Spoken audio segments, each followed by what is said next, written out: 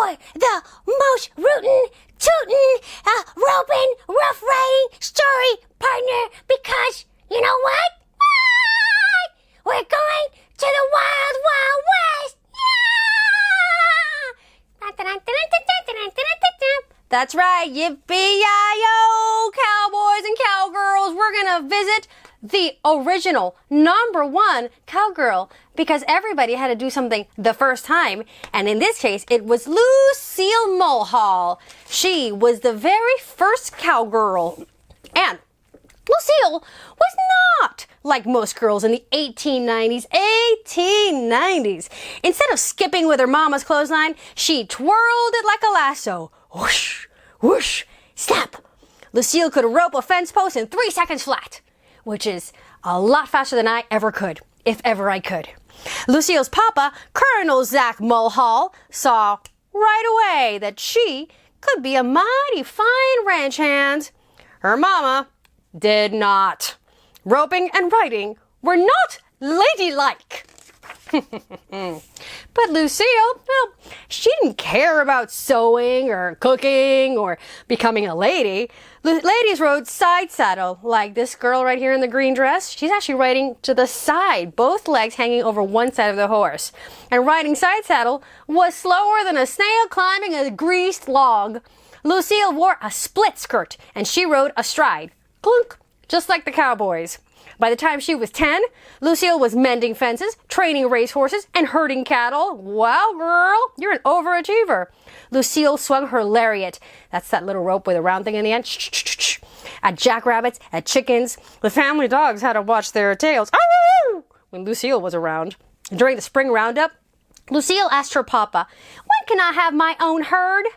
"When you're old enough to rope and brand your own cattle." Well, Colonel Mulhall soon discovered his girl already could. How about that? She's ahead of the curve on everything. She's just a natural born cowgirl, it seems to me. Doesn't it seem to you? Well, Lucille's mama worried about her a lot because, as we said, she wasn't like most girls of the era. The pastures were also filled with longhorns, wolves, and coyotes. So mean they could turn the strongest cowboy into buzzard food. You know what that means, don't you? Buzzard food? Yeah, it means cowboys are goner. Exactly. Well, the wild animals didn't scare Lucille, no sirree Bob. When a wolf was killing her calves, she rode out to search for him. She spotted the vicious varmint eating in the pasture, and she charged with her lariat, swinging whoosh, whoosh, snap. The wolf put up a ferocious fight, but he was no match for Lucille. That'll teach that guy to ever come around and eat her cattle and stuff.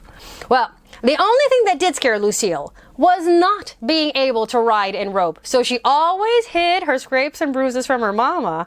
One day, she roped an unbroken horse in the pasture. An unbroken horse is a horse that's not used to having people ride on it. Well, when she roped this horse, he totally got spooked. See, spooked face? And he pulled her clear out of her saddle, and she got tangled up in her own rope. Well, she bounced behind that galloping horse until she was able to cut herself free with that knife. Woof! Well, that was an adventure. And I bet she got a lot of bumps and bruises and scrapes with that one. Well, when Lucille was 13, that's right, this is a young girl, probably not much older than you. Well, when Lucille was 13, her papa organized some rough riding and roping competition for his cowboys.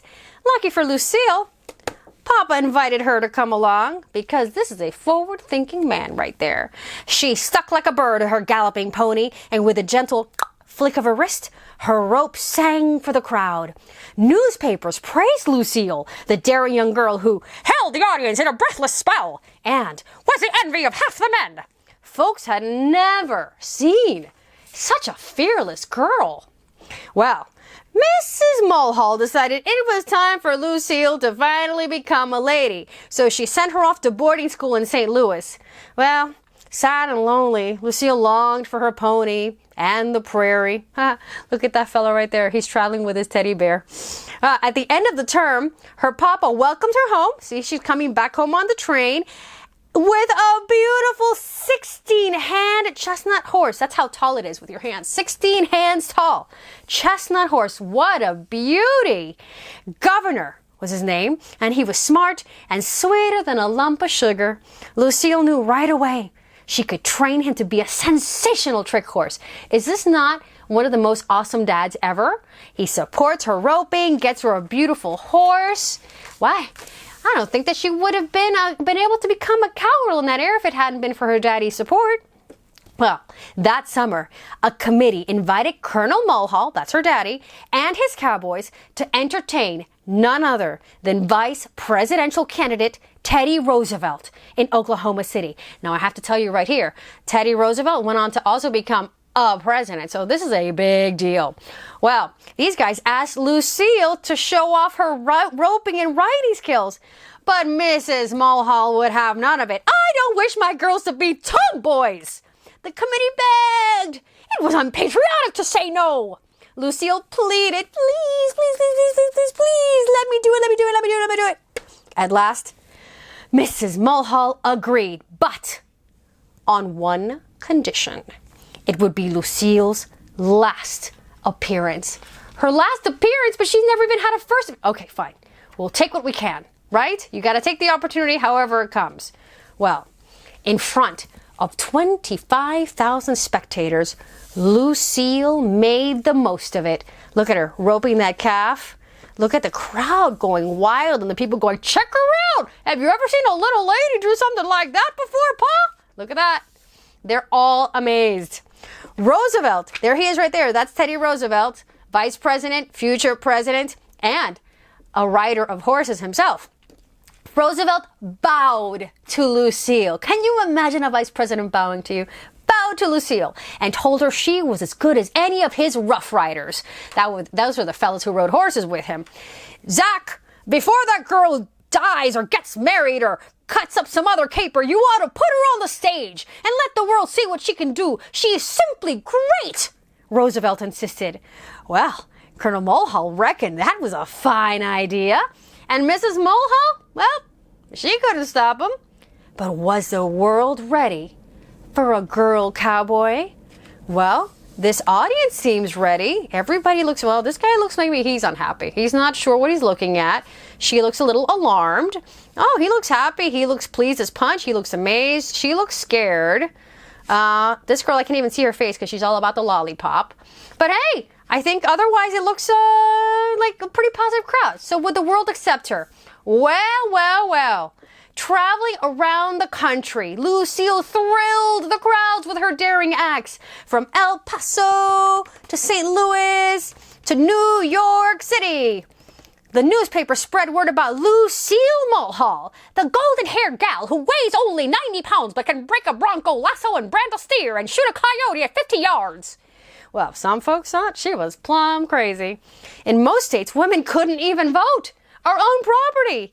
And, well, Lucille thought those were the crazy ones. I feel sorry for the girls who have to attend so many teas and be indoors so much. Well, spoken like a true outdoors woman. Lucille raced against cowboys, rode wild broncos, and performed tricks with Governor. Remember that beautiful chestnut 16-hand horse. She roped 5 galloping cowboys. He's got her good. That was good. 5 galloping cowboys all at once. Reporters hounded her for interviews. Aren't you afraid your horse will slip and fall? A reporter asked. Oh, I expect that, Lucille answered. I'm not afraid of getting hurt. Lucille preferred to spend her time roping and riding and performing, not talking about it. She's a woman of action, you know? Fewer words, more action. When Lucille was 15, she is still a kid. When she was 15, she entered her first professional steer roping competition. Some men laughed at her, like these fellas right here, laughing up a storm. Laugh it up, boys. It's not gonna last for long. A woman roping and tying 1,200-pound steers. Some made bets against her.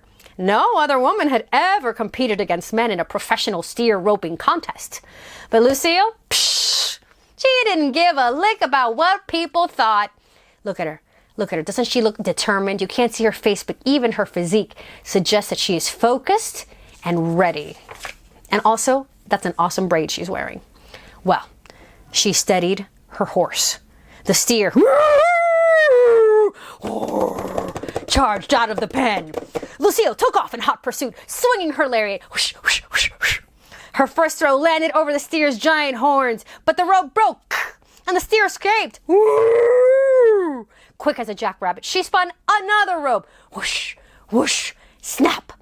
The loop settled around the beast's horns. Then she flipped him up like a flapjack. In a flash, she jumped off her horse, and with 2 raps and a hooey, she tied the steer's feet. 29.5 seconds. Faster than any of the men. Oh no, I don't believe what I just saw. Did you see that, Wilbur? I can't believe my eyes. Somebody stop what's going on. It's an abomination. I've never seen such a thing. Is she real? Can I do that? See, look at all those faces. Shock, shock, shock, and pure euphoria. The thrill of victory. Soon, Lucille broke world records for steer roping. Cowboys and folks all over the world now cheered for the woman who roped and rode better than a man. Other folks still believed Lucille belonged in the home, not on a horse. But her home was always on a horse, with the sun on her cheeks, a lariat coiled in her hand, and the boundless Oklahoma prairie rolling out in front of her. And that was the story of Lucille Mulhall. I am incredibly impressed with that young lady. And she wasn't just considered a fearless roper and a rider. She tells us here in this fabulous book, dared to be an equal to men at a time when the world considered women to be the weaker sex. And, she just loved doing what she loved doing, but by following her passion, she became an example for cowgirls, female athletes, and women all over the world.